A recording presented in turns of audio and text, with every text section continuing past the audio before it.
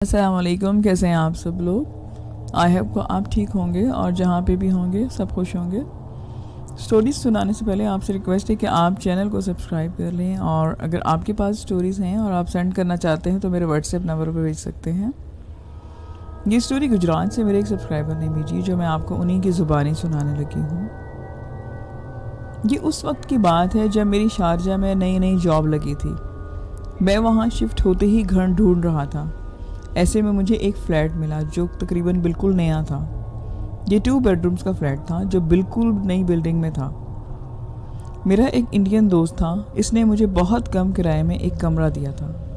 میرے لیے بالکل حیران کن بات تھی، جہاں میں اتنے فلیٹ دیکھے وہ سب 1500 اور 2000 درہم کے رینج میں تھے، جبکہ یہ فلیٹ صرف 1200 درہم کا تھا اور گیس اور بجلی بھی تھی۔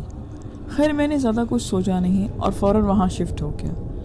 اس لڑکے نے مجھے پہلے ہی بتا دیا تھا کہ یہاں پر 2 واش رومز ہیں، جو بڑا ہے وہ میں خود یوز کروں گا اور جو دوسرا چھوٹا ہے وہ آپ یوز کریں گے۔ شاور ایک ہی ہے جو بڑے واش روم میں ہے اور جہاں باتھ ٹب بھی ہے۔ میں پہلے ہی ایگری کر گیا تھا۔ پہلی ہی رات میں کافی تھک چکا تھا شفٹنگ کی وجہ سے، تو شاور لے کر میں لائٹ آف کی، کمرہ لاک کیا اور لیٹ گیا، اور فوراً ہی میں سو گیا۔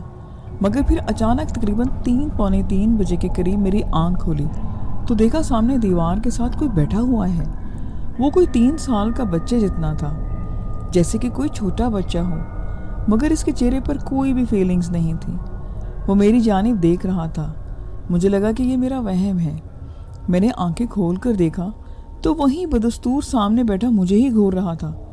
میں نے آنکھیں ملی کیونکہ مجھے یقین نہیں آ رہا تھا کہ یہ کوئی سچی مچی بات ہے۔ مجھے اپنا وہم لگ رہا تھا۔ ہاں، مجھے لگا کہ میں نیند میں ہوں اور مجھے ایسا لگ رہا تھا جیسے کہ وہ مجھے گھور رہا ہے۔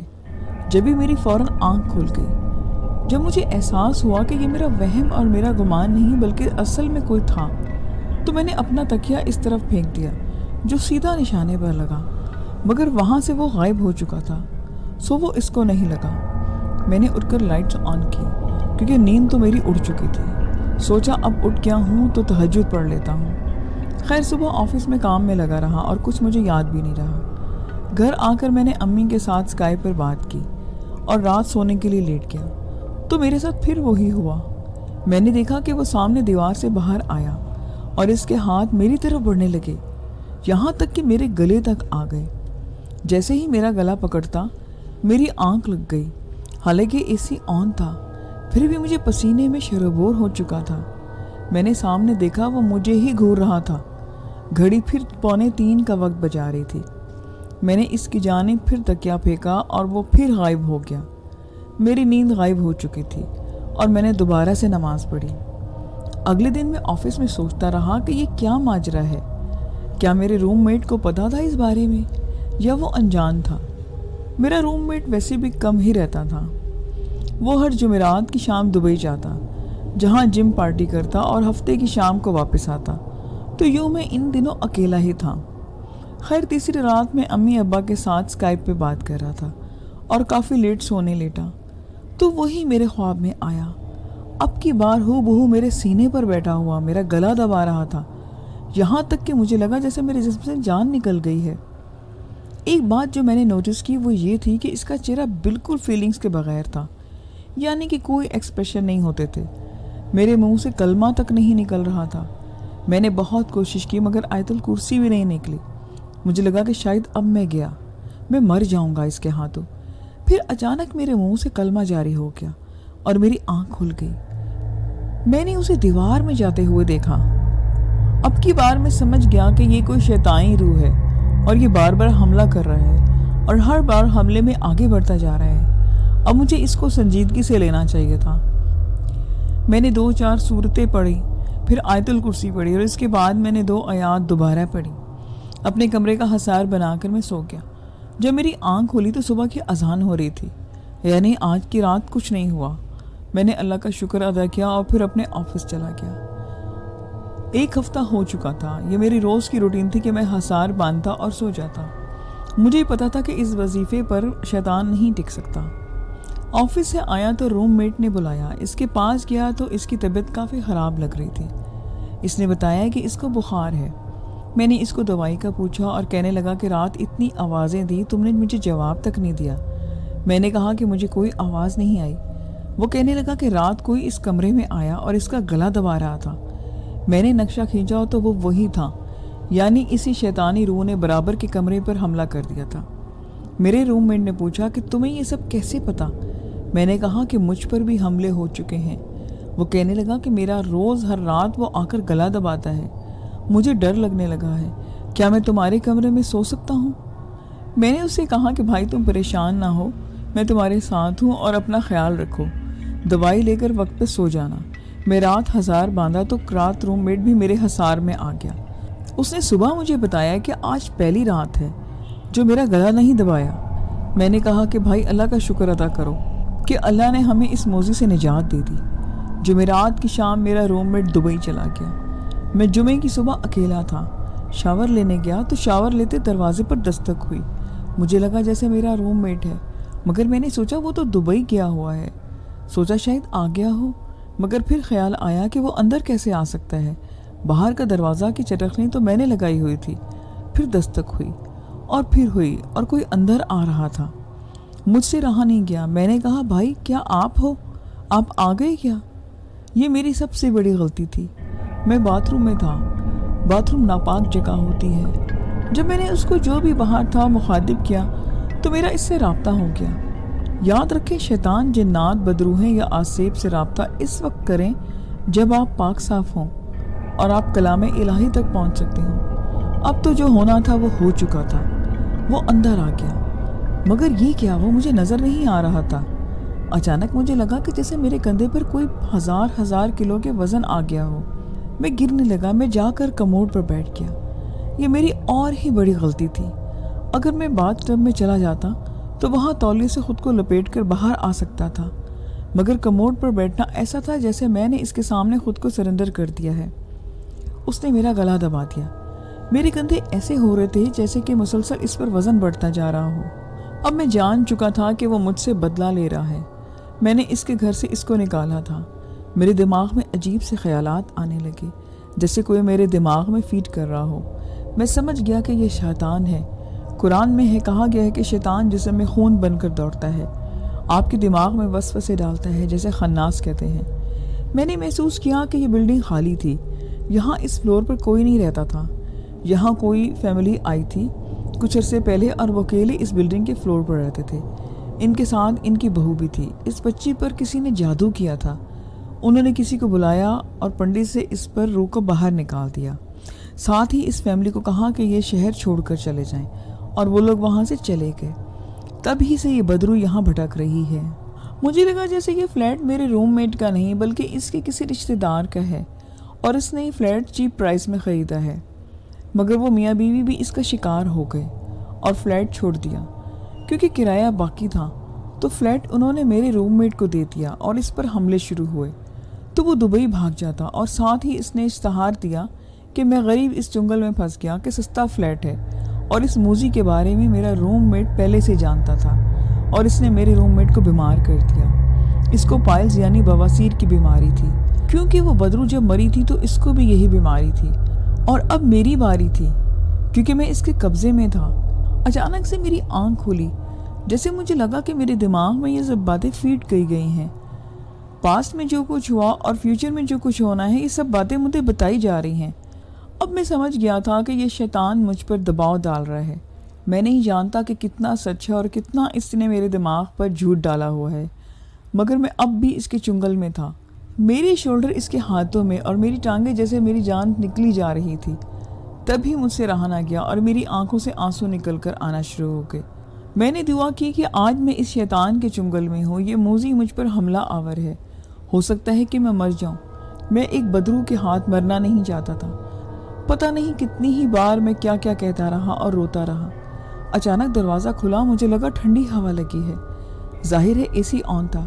میں نے جلدی سے تولیہ لے کر باہر آیا، چینج کیا اور ٹائم دیکھا تو شام کے 6 بج رہے تھے، یعنی میں صبح 11 بجے سے باتھ روم میں اس کا شکار رہا، اور میری جمعے کی نماز بھی اس موذی کی وجہ سے نکل گئی تھی۔ میرے پورے بدن میں درد تھا، مجھے بہت تیز بخار تھا، میری ہمت نہیں تھی کہ میں باہر جا سکتا، اور میں سو گیا۔ رات 10 بجے اٹھا اور روم میٹ نہیں آیا تھا۔ مرتے مرتے میں نیچے گیا اور اپنی دوائی لے کے آیا۔ چائے اور بسکٹ لے کر میں نے کھا کے دوائی پی اور میں سو گیا۔ رات خواب دیکھا کہ میں حضرت نظام الدین اولیاء کے مزار پر ہوں۔ میں وضو کرنا چاہتا ہوں مگر مجھ سے وضو نہیں ہو رہا، جیسے میں وضو کرنا بھول گیا ہوں۔ اچانک ایک بزرگ آتے ہیں، انہوں نے کہا کہ پہلے کلی کرو۔ میں نے پانی منہ میں لیا اور کلی کی، مگر یہ کیا، کلی کے ساتھ ایک عجیب سا مادہ نکل رہا تھا میرے منہ سے، جیسے کہ کوئی کیڑے جیسی چیز ہو، یہاں تک کہ میں بہت زیادہ وامٹ کرنے لگا۔ وہ بزرگ کہتے رہے کہ شاباش، اور کرو اور کرو۔ پھر میرا پیٹ صاف ہو گیا اور جیسے ہی میری آنکھ کھلی، نہ بخار تھا اور نہ ہی مجھے ویکنس۔ میں نے اٹھ کر نماز پڑھی اور اللہ کا شکر ادا کیا۔ سیٹرڈے کی نائٹ میں میری روم میٹس کے ساتھ میری بات ہوئی۔ میں نے اسے کچھ نہیں بتایا کہ مجھ پر کیا بیتی، کیونکہ وہ غریب میرے آسرے پر سکون سے سو رہا تھا، ورنہ اس کو لگتا کہ اگر یہ میرا حال ہو سکا ہے تو میرا بھی ہو سکتا ہے۔ فائدہ نہیں تھا اس کو پریشان کرنے کا۔ ہاں، مگر میں نے اس سے پوچھا کہ یہ فلیٹ تمہارے نام کے بجائے تمہارے کسی رشتہ دار کے نام پر ہے۔ اس کا منہ کھلا کا کھلا رہ گیا۔ کہنے لگا کہ تمہیں کیسے پتا؟ میں نے کہا کہ پلیز سچ بتاؤ۔ اس نے کہا کہ ہاں یہ میرے خالہ زاد بھائی بھابھی نے کرائے پر لیا تھا، پھر کچھ عرصے کے بعد یہ فلیٹ مجھے دے دیا اور خود کہیں اور شفٹ ہو گئے۔ میں نے کہا کہ کیا تم جانتے کہ اس فلیٹ میں کوئی آصیب ہے؟ وہ بولے کہ سچ بتاؤں، جب میں نیا آیا تو تب ضرور یہاں سے خوف آتا تھا۔ میں نے سوچا کہ ایک کمرہ کرائے پر دے دوں تو یہ خوف میرا چلا جائے گا۔ مجھے لگا یہ میرا وہم ہے۔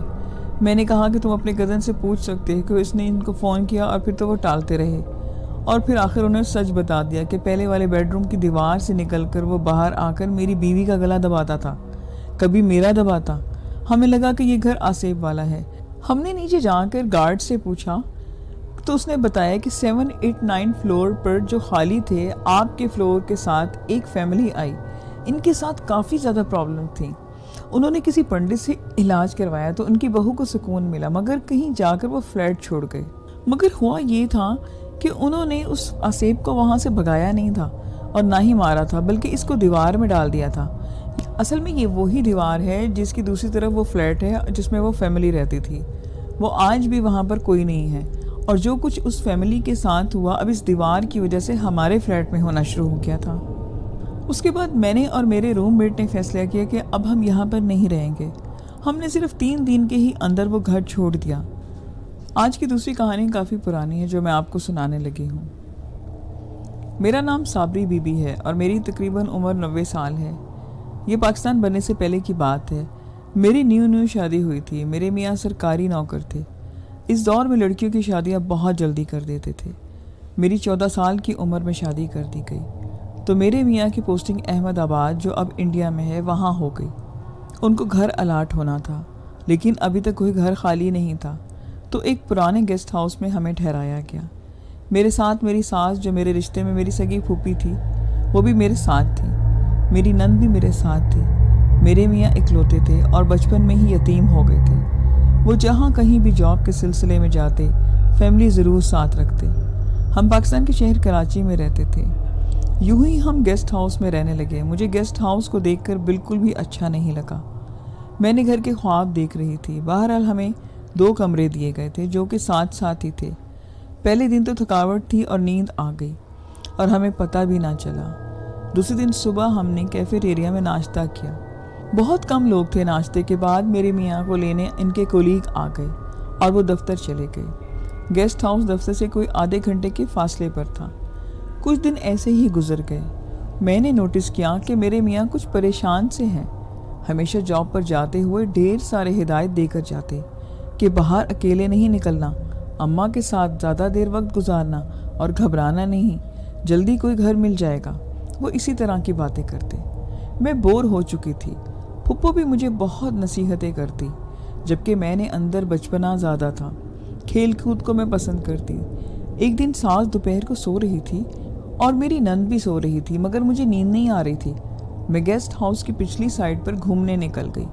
کھڑکی سے دیکھا تو میرا دل چاہتا تھا کہ میں ادھر جاؤں۔ خوبصورت جھولا تھا، پھول تھے، مگر میری ساس ہمیشہ منع کرتی تھی کہ وہاں نہیں جانا۔ میں چلی گئی۔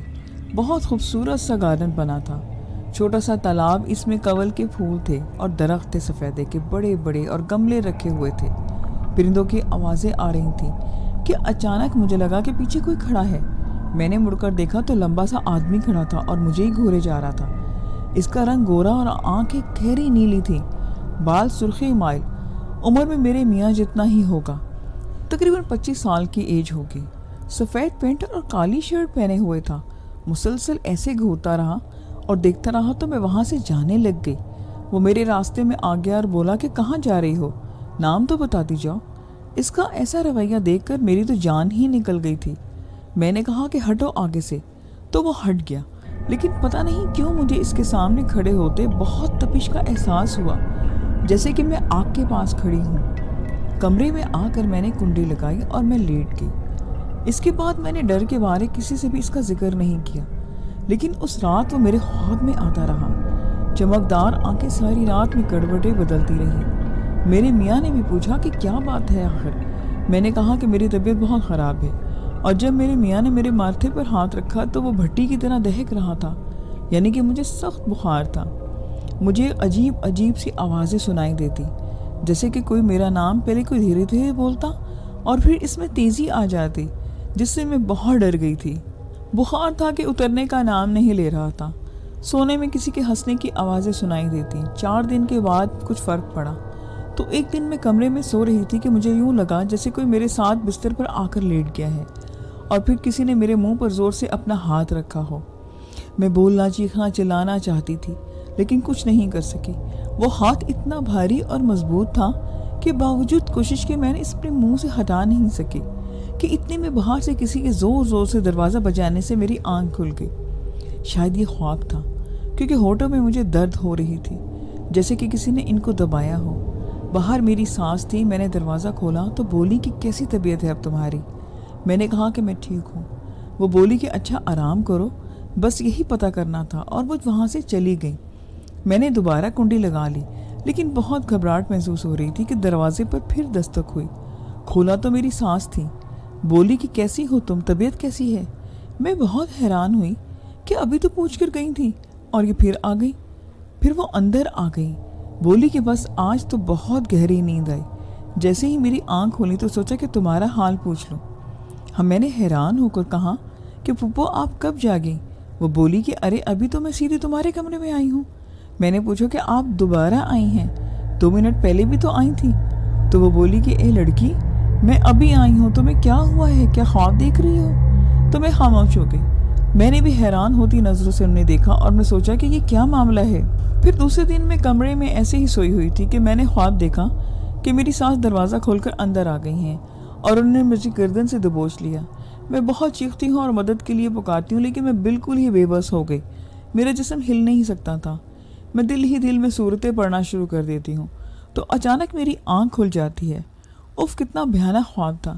میرے دل کی دھڑکن بہت تیزی سے چل رہی تھی۔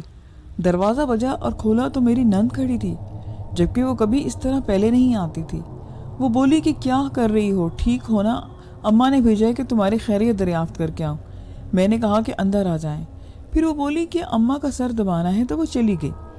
میری طبیعت بہت بھوجل سی تھی، بہت زیادہ میں خوفزدہ ہو رہی تھی۔ میری اپنی امی نے مجھے پنسورا دیا ہوا تھا، میں بیٹھ کے وہ پڑھنے لگ گئی۔ مجھے کچھ سکون ملا۔ دروازہ بجا، کھولا تو میرے میاں تھے۔ میں حیران تھی کہ وہ آج کیسے جلدی آ گئے۔ باہر ہی سے بولے کہ کیسی ہو، میں اماں کو مل کر آتا ہوں۔ وہ چلے گئے۔ میں انتظار کرتی رہی کہ کب آئیں گے، پھر وہ نہیں آئے تو سوچا میں خود چل کر دیکھتی ہوں۔ جب میں گئی تو دروازہ بجا تو 4-5 دستکوں کے بعد دروازہ کھولا۔ وہ اماں تھی، لگ رہا تھا کہ نیند میں تھی۔ میں نے کہا کہ اماں وہ آج جلدی آ گئے۔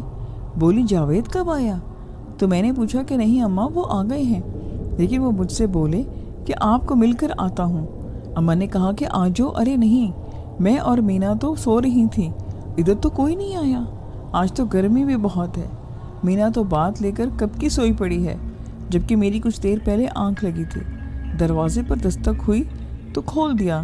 ان کی بات نے میرے اندر خوف کی لہر دوڑا دی کہ وہ کون تھا جو کمرے کے باہر ہی سے آ کر مینا کی طرح لگ رہی تھی۔ ابھی ہم ادھر ادھر کی باتیں کر رہے تھے کہ اس دوران مینا باجی بھی اٹھ گئی۔ میں نے ان سے نہیں پوچھا کہ آپ میرے دروازے پر آئی تھی، کافی وقت ہو چکا تھا، لیکن میرے میاں کدھر تھے؟ وہ تو آج جلدی واپس آ کے تھے۔ خیر کافی دیر کے بعد میں اپنے کمرے میں واپس آ گئی۔ اگرچہ کچھ خوف زدہ تھی، پھر بھی میں نے سوچا کہ ہو سکتا ہے کہ یہ سب میرا وہم ہو، میرے خواب ہوں۔ خیر جب وہ رات کو بھی واپس آئے تو میں نے ان سب کو بتا ڈالا۔ پھر وہ بہت پریشان نظر آئے اور بولے کہ نماز پڑھا کرو، سب ٹھیک ہو جائے گا، تم پریشان نہیں ہو، اور جب تک میں نہ آؤں تم اماں اور مینا کے ساتھ ہی رہا کرو، بلکہ سو بھی ادھر ہی جایا کرو۔ دوپہر کو دوسرے دن جیسے ہی میری میاں جاب پر گئے، میں ساس کے کمرے میں چلی گئی۔ میری میاں نے مجھے روکا کہ اماں اور نند کو کچھ نہیں بتانا۔ دوپہر کا رات کا کھانا کھانے کے بعد میں اماں سے کہا کہ میں ادھر ہی سو جاؤں، مجھے ڈر سا محسوس ہوتا ہے۔ تو وہ بولی کہ ہاں ضرور سو جاؤ، تم دونوں کو ادھر ہی میں دوسرے کمرے میں چلی جاتی ہوں، میں وہیں پر نماز پڑھوں گی۔ پھر وہ چلی گئیں۔ پلنگ ایک تھا، وہ ایک ڈبل بیڈ تھا، لیکن دو بندے ایک ساتھ نہیں سو سکتے تھے۔ میں نے خواب دیکھا کہ ایک عورت ہے جو بہت لمبی ہے، اس کا سر چھت تک ہے، اس نے مہندی کا تھال اٹھا رکھا تھا اور مجھے کہتی کہ اپنے ہاتھ دو تو میں مہندی لگاؤں۔ وہ جیسے ہی میرے ہاتھ مہندی کے لیے پکڑتی ہے، میری آنکھ دوبارہ سے کھل جاتی ہے۔ میں بہت ڈری اور دل میں آیت الکرسی کا ورد شروع کر دیا۔ میری عمر اس وقت زیادہ نہیں تھی، اس لیے پتہ نہیں تھا کہ یہ سب کیا ہے، لیکن ایک دن میں نے اپنے میاں سے صاف بول دیا کہ مجھے اب اس گیسٹ ہاؤس میں نہیں رہنا۔ وہ بولے کہ انشاءاللہ جلدی مکان مل جائے گا، تو مجھے کچھ حوصلہ ہوا۔ بہت عجیب و غریب مجھے خواب آتے تھے۔ کبھی کبھی میں بہت سے لوگوں کی باتیں کرتے آوازیں سنتی، اور کبھی مجھے دبی دبی ہنسی کی آوازیں آتی تھیں۔ خیر ایک دن اللہ تعالیٰ نے ہماری بات سن لی اور کسی کی پوسٹنگ ہوئی اور شہر میں ہو گئی، تو مکان ہمیں مل گیا، جس کی مجھے بہت خوشی تھی اور میری جان چھوٹی۔ ہم نے وہ پرانا گیسٹ ہاؤس چھوڑا اور جب ہم مکان میں آئے تو دیکھا تو وہ بہت اچھا تھا۔ کچھ دن کے بعد ایک دن ہم سب اکٹھے بیٹھ کر کھانا کھا رہے تھے، تو میں نے اپنے ساتھ ہونے والے واقعات پہلی بار اماں اور اپنی نند کو سنائے، تو وہ بھی حیران ہوئیں۔ شام کو میرے میاں کو بلوایا تو ان سے ذکر کیا۔